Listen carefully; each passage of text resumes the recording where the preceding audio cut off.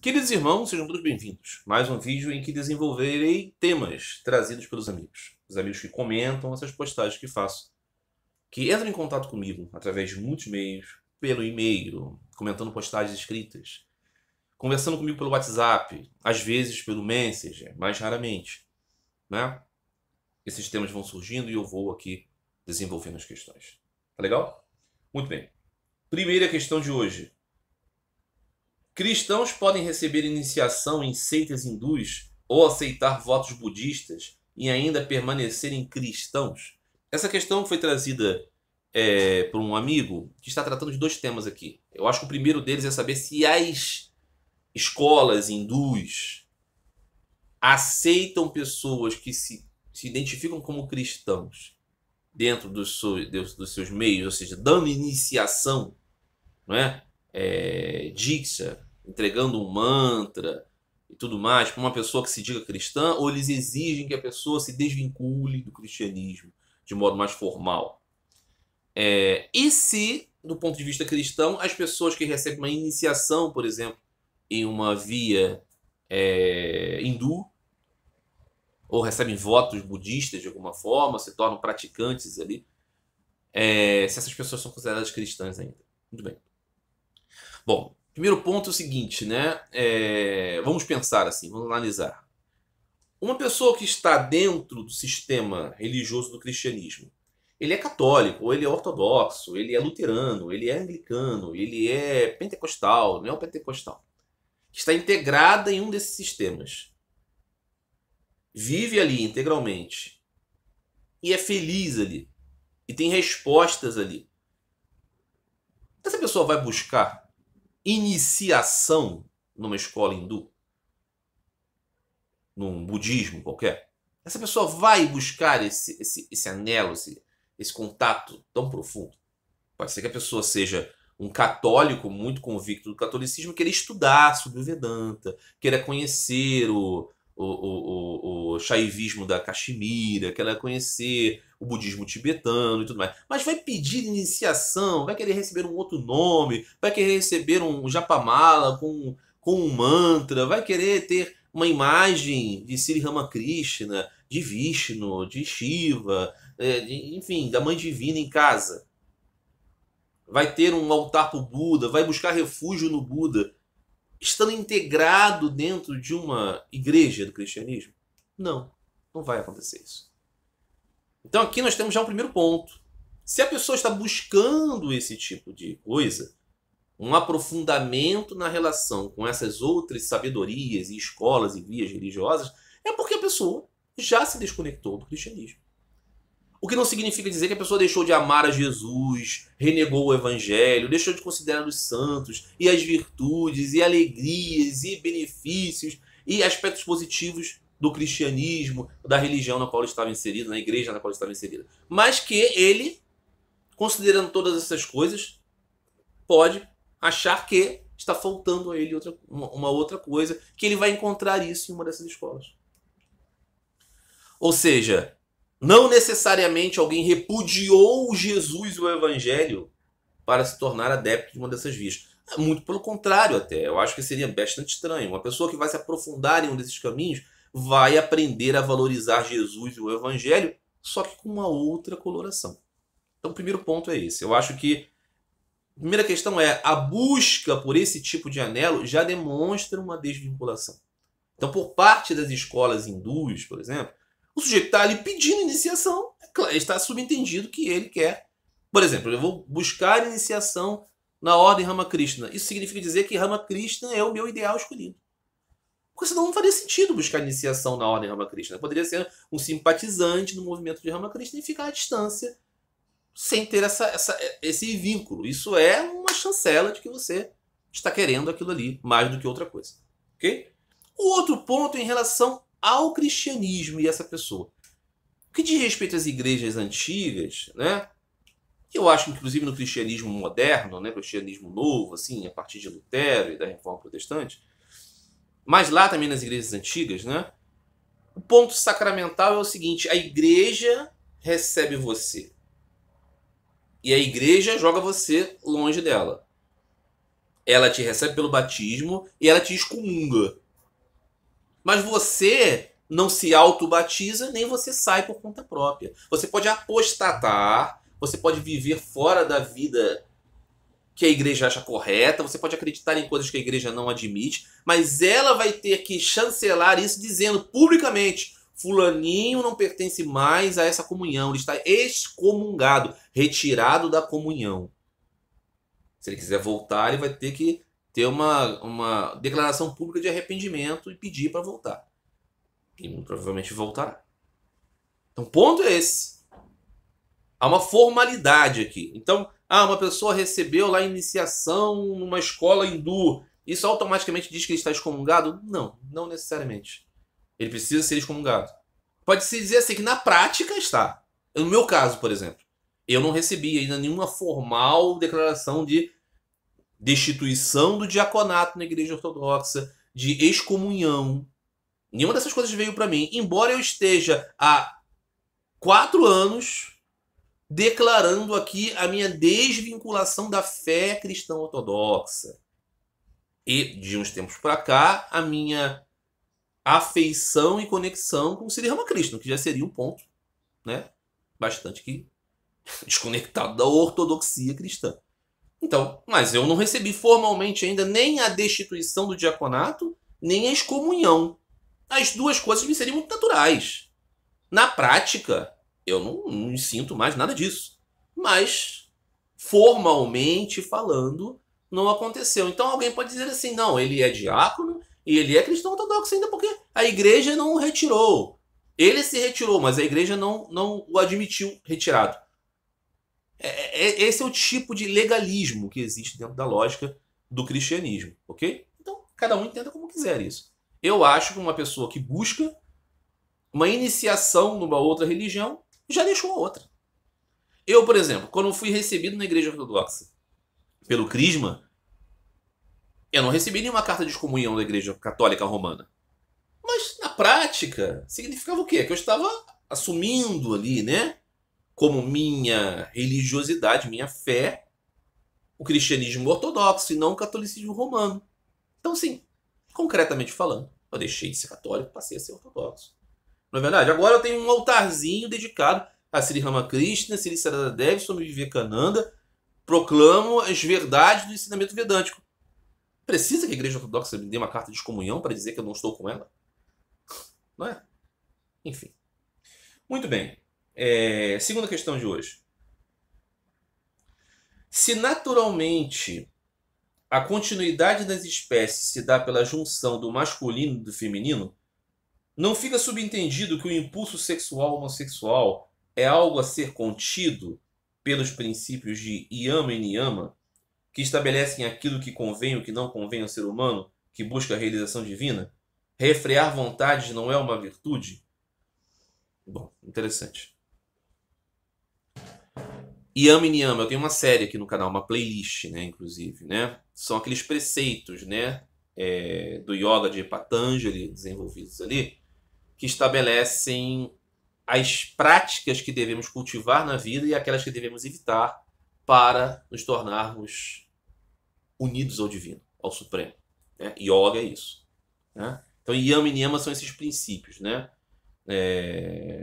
Não violentar ninguém, não mentir, não roubar, né? Não se entregar, né, aos sentidos da matéria, não depender, né, de agrados para fazer as coisas, receber presentes, né? E os positivos aspectos, né, que desenvolvemos em relação a essas coisas todas, né? Enfim, o que fazer e o que não fazer.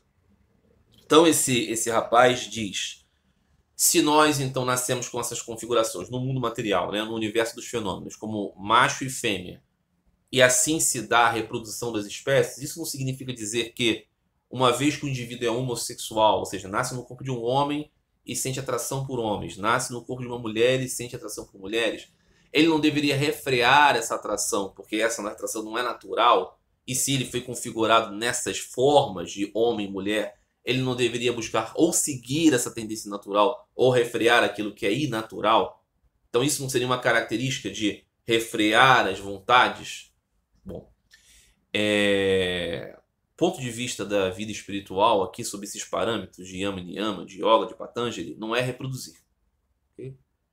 Não é criar filhotes, não é criar famílias, não é fazer com que a raça humana continue prosperando. Não é esse o ponto. Então, assim, o primeiro objetivo nesse tipo, né, de diapasão aqui que estamos tratando, não é uma preocupação com a reprodução humana, com a continuidade da espécie. Até porque tenha certeza, muitas pessoas vão continuar reproduzindo, ok? A espécie não está em risco em virtude dos elementos homossexuais. Tenha certeza disso. E muitos dos que estão reproduzindo não estão pensando em evolução espiritual, coisíssima nenhuma. Estão simplesmente seguindo sua animalidade. Então, o que nós podemos dizer aqui é que não é uma boa conexão de ideias, né? O que deve se buscar refrear no que diz respeito aos nossos instintos e vontades não é a vontade de ter relações homossexuais ou heterossexuais. É estarmos em compulsão para termos coisas que nos dão prazer sensorial. Seja o sexo, seja a comida, seja a discussão de uma ideia, seja uma viagem, seja qualquer sensação, não é? E qualquer prazer e deleite que nos escravize a isso e nos torne dependentes. Então, nós não devemos ser dependentes de nada relativo a isso, porque nós não somos o nosso corpo e nós não somos a nossa mente. Tem a ver também com a mente, ok? Sobretudo com a mente, primeiramente com a mente até, eu diria. Então, o X da questão é esse. É uma virtude refrear as nossas paixões? Sim.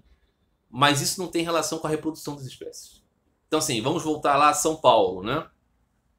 Bom mesmo é que todos fossem como eu, castos. Isso significa dizer, bom mesmo é que todos fossem como eu, celibatários. Bom mesmo seria que todos fossem como eu, não tivessem interesse nessas coisas aí de sexo.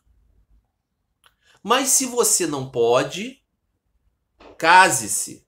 Porque é melhor então se casar do que viver se abrasando. O que São Paulo está querendo dizer com isso? Idealmente, você não olha para uma outra pessoa com desejo de ter com ela relações sexuais, de possuí-la. Seja isso numa relação homossexual ou heterossexual. Você olha para o outro e não vê isso. Essa carnalidade indica uma falta de maior espiritualidade. Esse é o ensinamento de São Paulo, apóstolo. O que ele está dizendo? Mas nem todo mundo é assim. E existem algumas pessoas que têm sim essa carnalidade. Então, para essas pessoas mitigarem o aspecto dessa carnalidade, é melhor que elas se casem. Por quê? Porque elas adicionam aí um elemento superior de cuidado, de respeito, de contenção. Ou seja, eu vou ficar só com esse aqui. E São Paulo não elabora isso, mas nós podemos dizer serviço, cuidado, amor, não é? Companheirismo, faz com que esses elementos da carnalidade sejam limitados a um aspecto menor importância. Então, aqui temos o aspecto considerado da mitigação da questão das paixões. Por que isso não pode acontecer com pessoas homossexuais também? E aí que entra a lógica que, na perspectiva do Vedanta, não vai se dizer isso vale apenas para heterossexuais. Não vai se dizer isso. Vai se dizer que o ponto em questão é não seja escravo dos seus sentidos. Se você é homossexual, se você é heterossexual. Para todos os casos, melhor mesmo é que não buscássemos isso. Que não tivéssemos esse desejo, não tivéssemos essa volúpia. Que víssemos em todos Deus. Que não estivéssemos mais desejosos dessas coisas. Como sabemos, a esmagadora maioria das pessoas tem uma exacerbada carnalidade que é assim, cruzar para ter prazer. E depois para ter seus filhotinhos também. Não é? Como os bichos. Então, assim, aí para nós não nos animalizarmos muito, nós centramos isso em uma sublimação, ou seja, tornar sublime esta relação carnal através do casamento, companheirismo, família, amor, afeição, cuidado. Como todos sabem, um relacionamento amoroso, a carnalidade, a sexualidade tem importância, mas tem uma importância que não é a mais importante do relacionamento. E gradativamente vai se tornando bem menos importante. Né? Quando você começa a ter um namoro, por exemplo, né? O elemento ali da carnalidade é muito exacerbado, as pessoas estão se querendo muito e tudo mais, né? Desejosos um do corpo do outro. Se esse relacionamento, depois da paixão, que é carnal, passa a se tornar mais robusto, essa questão da carnalidade deixa de ser o ponto fundamental e outras questões, a afinidade, o carinho, o respeito, a amizade se tornam mais importantes. Tem aqueles relacionamentos que depois da paixão passar, não existe mais nada, porque fora a carnalidade não tinha nenhuma afinidade, então as pessoas olham assim e falam, onde eu estava com a cabeça que eu estava com aquela pessoa. Aí nós percebemos que era só o carnal. Quando é só o carnal, não tem amor aqui. Ok? Então essa é a questão. Para todo mundo, vale o mesmo. Né? Então é isso. Não vejo essa relação. Muito bem. Terceira questão de hoje. No que se baseia a teologia do purgatório? Bom, purgatório é um elemento da teologia exclusivamente do catolicismo romano. Né?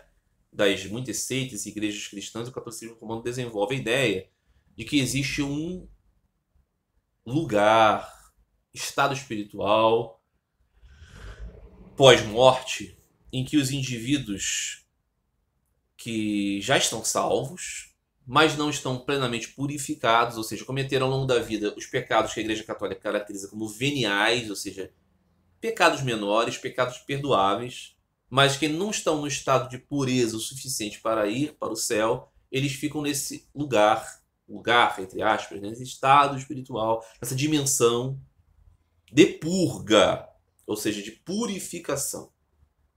E por isso a Igreja Católica desenvolveu, então, as práticas de oração pelas almas no purgatório, não é? E indulgências para as almas no purgatório. Ou seja, como se a Igreja pudesse intervir para ajudar no sofrimento daquelas pessoas que estão lá nesse período de purga, que vai da morte do sujeito no mundo até a segunda vinda de Jesus e do estabelecimento do juízo final. Ou seja, já conta, né, 2000 anos, né, que as pessoas estão, fora os antecedentes, né? Então, assim, vamos colocar assim, da morte de Jesus para cá, a sua ressurreição, até hoje, temos, né, todas as pessoas que morreram com pecados veniais dentro do catolicismo romano, estão lá nesse purgatório. E as almas dos santos estão no céu, orando por nós aqui e orando também pelas pessoas no purgatório. Então, o que acontece? No que se baseia essa perspectiva do catolicismo romano? Importante dizer, o catolicismo romano ensina isso. Ninguém mais no cristianismo ensina isso exatamente assim. Ao contrário, muitas das igrejas cristãs dizem que isso é herético, errado. A Igreja Ortodoxa Calcedoniana diz: existe sim um estado intermediário entre o céu, né, ali, após a morte. O que a Igreja Ortodoxa defende? Que há um juízo particular. O sujeito morreu, na hora que ele morre, ele é julgado já a respeito do que ele fez, do que ele não fez, e ele vive numa instância que já é a antecipação do céu, e ele vive numa instância que é a antecipação do inferno. Até que aconteça o juízo final, a mesma coisa, Jesus venha, estabeleça o juízo, e aí aqueles que já estão destinados ao céu, já vivem ali já uma antessala do céu, entram no céu, e aqueles que já vivem uma antessala do inferno, vão para o inferno mesmo.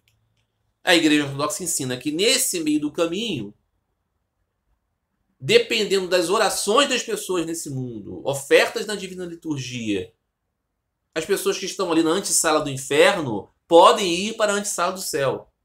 Não porque elas se arrependam, mas pela misericórdia dos outros, né? E porque eles ali podem, de alguma maneira, então, se tiverem, né, algum elemento, né, positivo neles, serem recolhidos. É o meio do caminho. Alguém pode dizer assim, mas isso não é exatamente o purgatório? Não, porque os ortodoxos não consideram que essa dimensão seja de purga. Porque a ideia ortodoxa é Deus salva pela misericórdia, não é porque o sujeito está limpo. Se ele estivesse limpo, seria obrigação de salvar. Ele salva porque ele está pegando realmente os caídos. Mas existem alguns que estão mais caídos do que outros. Não tinham sacramentos, não foram batizados, disseram blasfêmias e tudo mais. Então eles ficaram lá na antessala do inferno. Mas, de repente, há alguma esperança para eles. Então, assim, como todos nós que estamos vivos aqui sabemos que somos pecadores, se um parente seu morreu, você vai lá na Divina Liturgia, oferece uma próspera em nome dele, vai lá onde ele está. De repente, ele está na sala do inferno e você pode fazer um bem para ele. Okay? Essa é a ideia, né? O que se baseia essas coisas, né? No caso do cristianismo. No Evangelho, você tem passagens que Jesus indica de que as pessoas após a morte vão estar em estados diferentes. Nós temos, né, aquela passagem, aquela parábola, né, do servo ingrato. Todos conhecem, né? O sujeito, ele devia uma fortuna ao seu patrão e o patrão foi cobrá-lo, falou assim, me paga. A fortuna era impagável, era, sei lá, a casa dele, os filhos dele, a mulher dele, as propriedades dele, porque naquele tempo a mulher era da propriedade dele, ok? Só para deixar claro. Tudo. Roupa do corpo, tudo que você imaginar. E não pagava a dívida. Aí ele se ajoelha diante do patrão e diz assim, olha, eu vou pagar, mas não me cobra agora. Tudo mentira, ele não vai pagar nada porque não tem como pagar nunca. Mas o patrão se compadece dele e diz assim, tá bom, olha só, vou esquecer a tua dívida, segue em paz. Nossa, impressionante. E ele vai, feliz da vida, só que aí ele encontra um companheiro dele que devia para ele duas caixas de fósforo. E ele chega pro cara e fala assim, você me paga essas caixas de fósforo agora ou eu boto você na cadeia? E ele vai lá e denuncia o cara e prende o cara porque o cara deve a ele 2 caixas de fósforo. E o cara diz pra ele, eu vou pagar. Semana que vem, olha, é certo, já tenho uma. Ele fala, não, sou inflexível, tem que ser hoje. As pessoas veem aquele sujeito lá preso por causa das caixas de fósforo, ficam escandalizados porque ele havia comemorado lá que havia sido perdoado pelo patrão dele, que o perdoou de uma dívida incrível. E eles vão lá contar pro patrão dele e falar assim, poxa, olha só, sabe aquele cara que você perdoou? Aquele cara que você perdoou de uma dívida impagável não teve a capacidade de perdoar um companheiro dele que devia uma ninharia para ele. E aí aquele patrão fica chateado, manda buscar o cara e fala assim, olha, mudei de ideia. A sua dívida está valendo sim e você vai ser preso até que você pague até o último centavo. Bom, Jesus na parábola está dizendo que o patrão aqui simboliza o reino dos céus. E que esse servo ingrato simboliza quem? Simboliza toda pessoa que, tendo muita falta para com Deus, é ainda assim intransigente com as falhas do seu irmão. O que Jesus está dizendo aqui? Que depois da morte do sujeito, que significa essa prisão, é a morte. Pós-morte, né? O que vai acontecer com ele? É que ele vai ficar preso até que pague o último centavo. O que os católicos interpretam com isso? Que esse até que pague o último centavo é o purgatório. Ou seja, se você está em pecados veniais, e aqui eles consideram que essa intransigência do servo ingrato era um pecado venial, ou seja, ele falhou, mas não era um pecado mortal, então ele vai ficar lá até que pague o último centavo, significa o quê? Até esperar o juízo. É isso que os católicos acreditam, eles defendem nestas bases, né?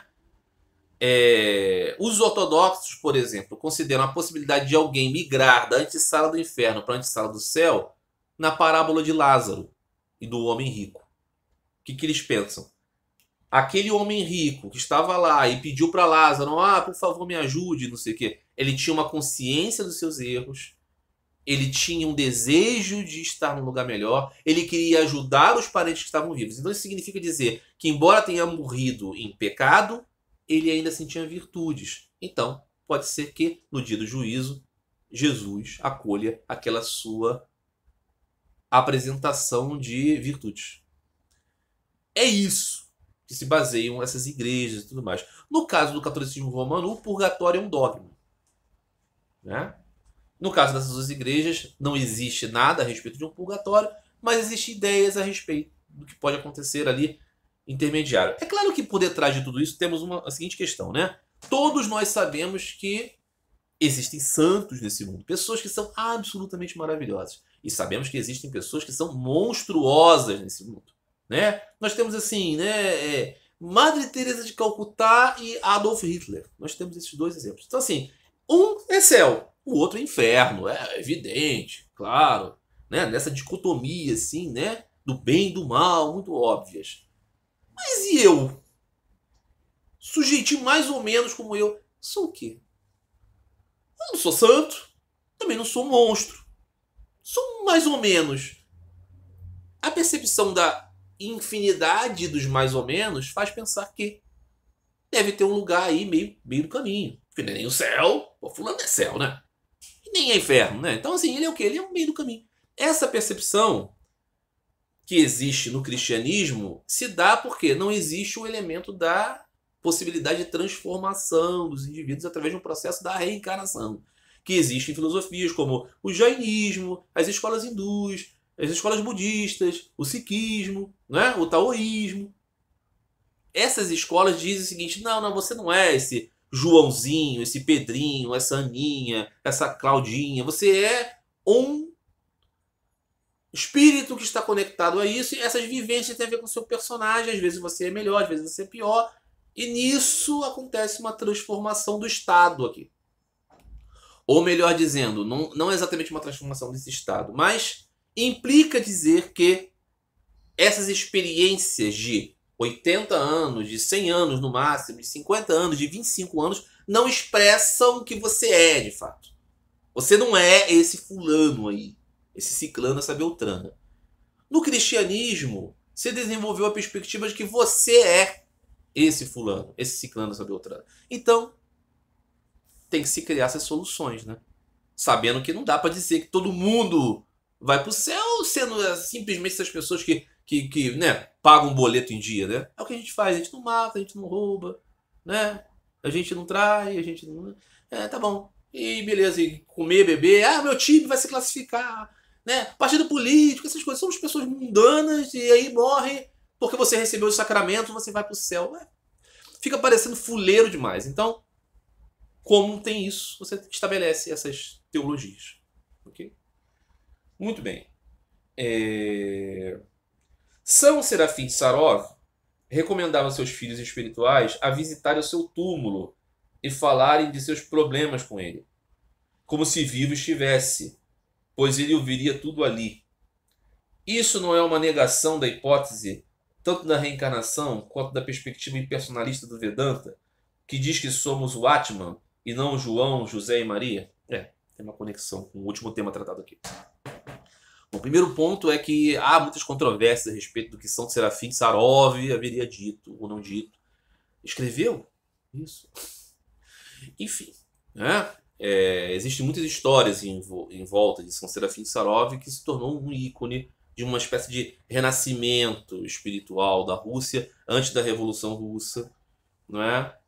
Ele viveu num período assim de grande subtração da espiritualidade do monasticismo russo, um secularismo muito avançado ali nos tempos, né, do imperador Pedro o Grande em diante, né, que acabou estabelecendo as bases para a revolução ateísta. Então São Serafim de Sarov parece assim como um ícone assim desse podvig, desse vigor, dessa luta espiritual, tudo mais. Então muitas coisas são associadas a ele, não são exatamente verdadeiras, mas, né, ele acaba servindo como um ícone mesmo dessa espiritualidade. Mas digamos que ele tivesse dito isso, né, de que as pessoas vão lá no túmulo dele, conversem com ele. Eu tinha um amigo que guardava as areias, né, do envolto do túmulo de São Serafim de Sarov com ele como uma relíquia. Já falei aqui a respeito da coisa das relíquias, né? Se você associa um objeto com uma imagem, né, com uma personalidade espiritual grande, o seu amor, o seu anelo, a sua confiança em relação àquilo serve como um imã, né, que pode te ajudar muito. Não é que o objeto em si tenha nenhuma propriedade, mas é porque isso ativa em você essas dinâmicas. Muito bem. São Serafim tivesse dito isso iria contra a perspectiva da reencarnação e tudo mais. Bom, seria estranho se São Serafim acreditasse na reencarnação e na perspectiva do Vedanta, sendo ele um monge ortodoxo, né? Então não há nenhuma estranheza que São Serafim tenha ensinado coisas que fossem desconectadas da perspectiva do Vedanta, porque ele não era vedantino, né? Daí você pode considerar que São Serafim tinha a perspectiva dele, das coisas. E a respeito disso, né, eu não acredito que a igreja ortodoxa, eu tenho certeza, defenda que São Serafim de Sarov está lá no túmulo dele, né? Ele não está no túmulo dele, está no céu, né?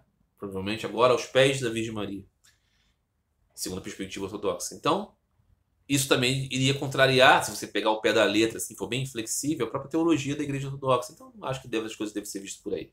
O que eu acho que isso pode significar, assim, querendo ver o aspecto mais positivo do ensinamento? É de que essas conexões não se perdem, ou seja, aquele que deseja buscar a Deus através dos seus santos vai continuar fazendo isso naturalmente, mesmo depois da destruição do seu corpo físico, porque ele não era o seu corpo físico. Então, assim, ir ao túmulo significa esse ato de vontade de se comunicar. Mas certamente, não é? O mesmo se daria para uma pessoa que está lá aqui, né, na região nordeste do Brasil, que seja devota de São Serafim Saróvia, vai dizer: ó, São Serafim, intercede a mim, a Cristo nosso Deus, que eu possa ter mais amor no meu coração. O sentido é o mesmo, não é? Ele vai estar ouvindo da mesma forma. Então, assim, na perspectiva da Igreja Ortodoxa, do catolicismo romano, existe essa questão da intercessão dos santos, que de certa maneira existe em todas as religiões que cultuam a ideia de personalidades espirituais que manifestam a presença de Deus. Então você tem uma imagem, um rosto, a qual você se conecta com aquilo que está além de todos os rostos, Deus. Não é? Então é isso. Não devemos elucubrar muito aqui assim nesse sentido. Eu não sei se São Serafim disse isso. São Serafim não disse nada que apontasse para as ideias do Vedanta e tudo mais. Natural, porque ele não era vedantista. Mas eu não acredito que, olhando de perto, nada disso seja apologético aqui. Okay? É sobre fé e sobre a possibilidade de você continuar se conectando com o seu ideal espiritual, mesmo depois da destruição do corpo. Ideal espiritual. É isso que São Serafim de Saravia. Muito bem. Não, temos tempo ainda. Qual é a questão? Ok. O livro The Gurus, Young Men and Elder Paisios conta a história de um jovem grego que, tendo nascido em um lar cristão ortodoxo, acaba buscando o caminho do hinduísmo e nisso se envolve em muitos problemas, sendo prejudicado material e espiritualmente, até que ele busca um ancião Paísios no Monte Athos e é ajudado. O senhor conhece esse livro? O que pensa de registros assim? Ao que parece, não há qualquer olhar positivo do cristão ortodoxo para com o hinduísmo, que é tratado como um tipo de bruxaria. Fico a pensar em registros católicos, como de Thomas Merton e Beda Griffiths, que não eram apenas abertos ao diálogo, mas sabiam identificar a beleza e a luz de outras crenças. Existe algum santo ortodoxo assim? Bom, interessante. Se eu já li o livro, já tive, né, essa experiência nos tempos ainda da Igreja Ortodoxa, um rapaz que me presenteou com esse livro, na época uma temática importante do aspecto apologético. E eu acompanhava muito esses escritos, né, de anciãos, de pessoas, sobretudo na Grécia, né, muito antagônicas à perspectiva das religiões do Oriente,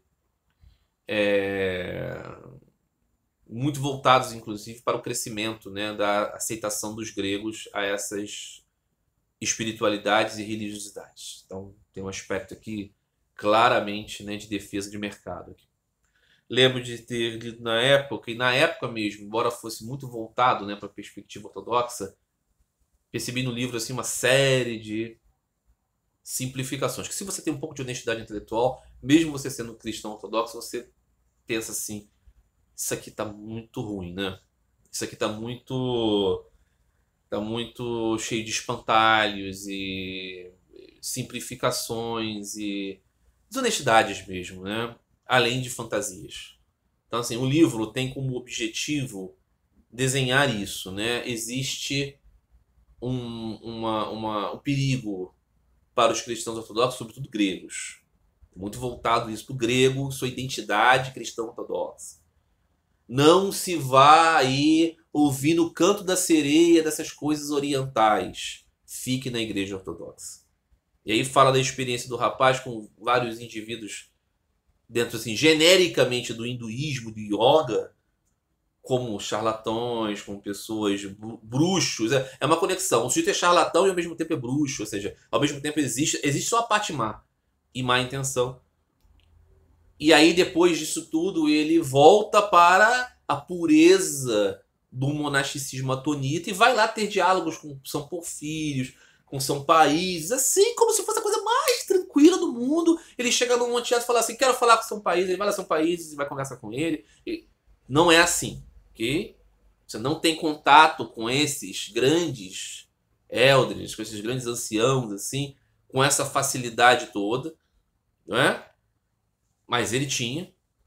E aí ele é salvo porque ele é restaurado na sua ortodoxia. Então, assim, claro que esse tipo de coisa é muito. O que eu penso disso? Eu penso que isso é uma grande porcaria. Ah, mas não existem charlatões na Índia, pessoas desonestas. Claro, existe uma infinidade. É o que mais existe. Como é o que mais existe no Ocidente em relação aos religiosos, em relação à Ásia, na África, na Europa, na Oceania. E por quê? Porque pessoas verdadeiramente espirituais, puras e santas são pouquíssimos. Em qualquer época. E você tem mesmo essa coisa, né? De pessoas que se aproveitam, né? Da superficialidade. Você não precisa ir para a Índia para você ser espiritual. Tá tudo dentro de você. Sri Ramakrishna dizia isso, né? Tá tudo aqui no coração. Você vai buscar as coisas em qualquer lugar. Esse esforço de ir buscar achando que está lá é uma visão errada. Claro que tem isso. O que não significa dizer que as considerações do livro sejam acertadas nesse sentido. Então, primeiro que há essa simplificação grosseira, né? Não sabem muito bem do que estão falando, né? Yoga. Aí, assim, é um preconceito racial, é um preconceito cultural, aí tem uma supremacia do pensamento grego, do pensamento ocidental, do pensamento helênico, né? E tem muito disso, né? Na própria retórica do cristianismo tem essa questão civilizacional romana. Os pagãos, eles são, assim, uma espécie de obscuridade. Então, assim, ainda que seja muito grosseiro, né, caracterizar as escolas do hinduísmo com paganismo, é assim que vão perceber. Então, é isso, né? É uma peça de publicidade do cristianismo ortodoxo, sobretudo para o público interno grego. Porque o que acontece? Na Grécia, a igreja ortodoxa é a religião oficial, ela é, assim, o baluarte da identidade grega, porque a Grécia era uma possessão do Império Otomano e era um canado ali cristão, ou seja, um território de maioria cristã. E a Igreja Ortodoxa, durante uns 500 anos de dominação otomana, foi aquela que preservou a língua, a cultura, a identidade grega.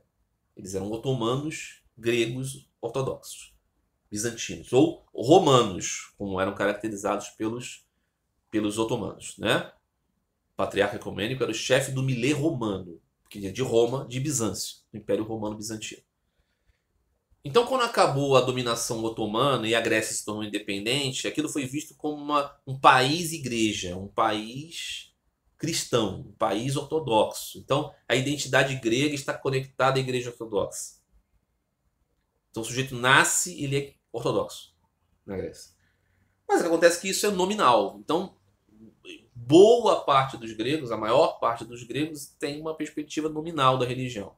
Ou seja, não estão guiando a sua vida de acordo com os preceitos da igreja ortodoxa. É claro que existe um percentual muito grande da população que é verdadeiramente devota da igreja, acredita nas coisas e tudo mais. Mas existem essas matizes, né? E muitas pessoas que são ortodoxos assim de berço, que vão reconhecer a sua identidade grega, vão querer ter outros vislumbres da vida espiritual e vão buscar o quê? Outras espiritualidades.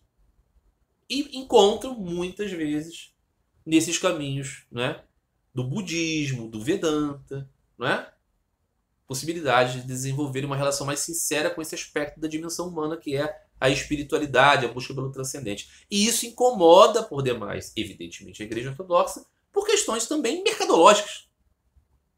Tudo bem, questão também, né, pastoral, falar assim, não, eu acredito que isso aqui é a verdade, eu estou preocupado com esses meus filhos que estão se desgarrando da verdade. Tem isso também, mas tem uma questão também de mercado, de falar assim, olha, a gente perde a relevância se as pessoas se tornarem apenas nominalmente ortodoxos. E aí existe essa abordagem baseada no medo, né? Eu não busque lá, não, o Vedanta, porque são demônios. Eles estão enganando você. Entendeu? É mais ou menos essa a questão. Aí assim, e aí mostra o que? O monasticismo atonita como o baluarte da verdade, os guardiões e tudo mais. E tem essas posições, né? Isso é positivo? Não, isso não é positivo. Essa espiritualidade da confrontação. Eu já coloquei aqui um vídeo no canal a respeito das visões muito equivocadas de um ancião ortodoxo, né? A respeito da perspectiva do yoga, da perspectiva do Vedanta, da perspectiva do Advaita Vedanta, da perspectiva da meditação do nome, né? que ele compreendia tudo isso como um impersonalismo, orgulho e tudo mais. Por quê? Uma visão de má vontade a respeito dessas coisas todas. Se tivesse uma visão de boa vontade, aí esse amigo pergunta: no catolicismo romano você tem Thomas Merton, você tem o padre Beda Griffiths e tudo mais, que eram e outros, muito interessados pelo diálogo com o hinduísmo, por exemplo, e se tornavam admiradores. Thomas Merton falava de Sri Ramakrishna. Sri Ramakrishna tem razão a respeito da busca por Deus e tudo mais. E era muito interessado pelo budismo, pelo zen budismo, enfim, todos conhecem, né? Essa perspectiva. Isso pode existir na Igreja Ortodoxa? Não. Por quê? Porque a Igreja Ortodoxa é muito mais fechada, ela não teve o seu Concílio Vaticano II, então ela tem dificuldades até mesmo de dialogar com outros cristãos, né? Que dirá, então, com pessoas de uma outra perspectiva. É claro que não é com todas as pessoas ortodoxas. Eu já dei aqui o exemplo famoso do metropolita, né, russo, Antônio, né, Antônio Blum, Antônio, metropolita de Soros, da metrópole, né, da igreja russa, da Inglaterra, que ele dizia, né, ele era muito admirador dos Upanishads, ele era um intelectual, um homem muito aberto, e vivia no exílio, né, dos tempos da União Soviética, né, então ele teve que conviver muito com a mentalidade ocidental também. E aí ele tinha muito interesse pelos Upanishads, né, a parte filosófica, vedântica, né, o Vedanta são os Upanishads, fundamentalmente. E ele, certa vez, conversando com um teólogo ortodoxo famoso, e esse teólogo ortodoxo dizia que não poderia existir fora do cristianismo a sabedoria da verdade, né, profunda, que você tinha nos Santos Padres. Eles não tinham acesso a isso. E aí o metropolita Antônio fez uma coisa muito interessante. Ele pegou uma série de ditos dos Upanishads, que ele considerava, assim, evidentemente em conciliação com o ensinamento dos Santos Padres, colocou as citações, mas não colocou o que era dos Upanishads, e disse assim para esse teólogo: querido, eu encontrei essas citações aqui dos padres, mas eu não sei exatamente caracterizar quem as disse. Você pode, pelo estilo, pelo que está sendo dito, caracterizar qual santo padre é? E aí esse teólogo levou para casa, olhou, não temos internet naquele tempo ainda, ok? E aí ele devolveu para o metropolita e disse: esse aqui, olha, é São João Crisóstomo. Esse aqui é Basílio Grande. Esse aqui é Inácio de Antioquia. Esse aqui, com certeza, é Santo Ambrósio de Milão e tudo mais. E aí o metropolita Antônio disse para ele o seguinte: olha, eu tenho que avisar você que esses ditos aqui são dos Upanishads, o Vedanta. E aí aquele teólogo disse: eu terei que meditar bastante sobre isso. Porque ele percebeu ali concretamente que aquela verdade dos santos padres estava sendo dito nos Upanishads. Entendeu? Então, assim, na Igreja Ortodoxa isso tem impacto? Isso tem futuro? Não. A não ser que exista uma transformação muito grande. Transformação muito grande que está muito longe de acontecer porque a Igreja Ortodoxa não tem pretensões de evangelizar o mundo, não tem pretensões de ser verdadeiramente espiritualizadora da sociedade na qual está. O catolicismo romano realizou o Concílio Vaticano II porque entendeu: se eu não modificar a minha maneira de lidar com as coisas no mundo, eu perderei a minha relevância no mundo. Então eu preciso me tornar mais aberto. Nisso você pode colocar também os interesses genuínos, né, de se conectar com o mundo. Na Igreja Ortodoxa não existe nenhuma coisa nem outra. O que os ortodoxos pensam? Eu vou garantir aqui a minha conexão aqui com os governos dos países nos quais nós já estamos enraizados, e nós vamos garantir aqui esse nosso mercado de sacramentos e vamos pregar moral e bons costumes, sobretudo investindo muito em contra o aborto, contra a homossexualidade, contra a imoralidade e contra anticlericarismo.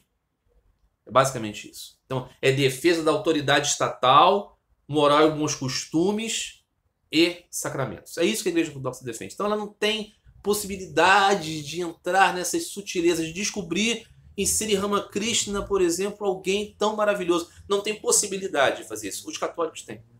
Os católicos têm. Vão continuar sendo católicos. Mas vão perceber isso. Que bom para os católicos. Que péssimo para os ortodoxos. Ok? É isso, meus amigos. Próximo vídeo, mais questões. Um grande abraço a todos, no amor de Cristo.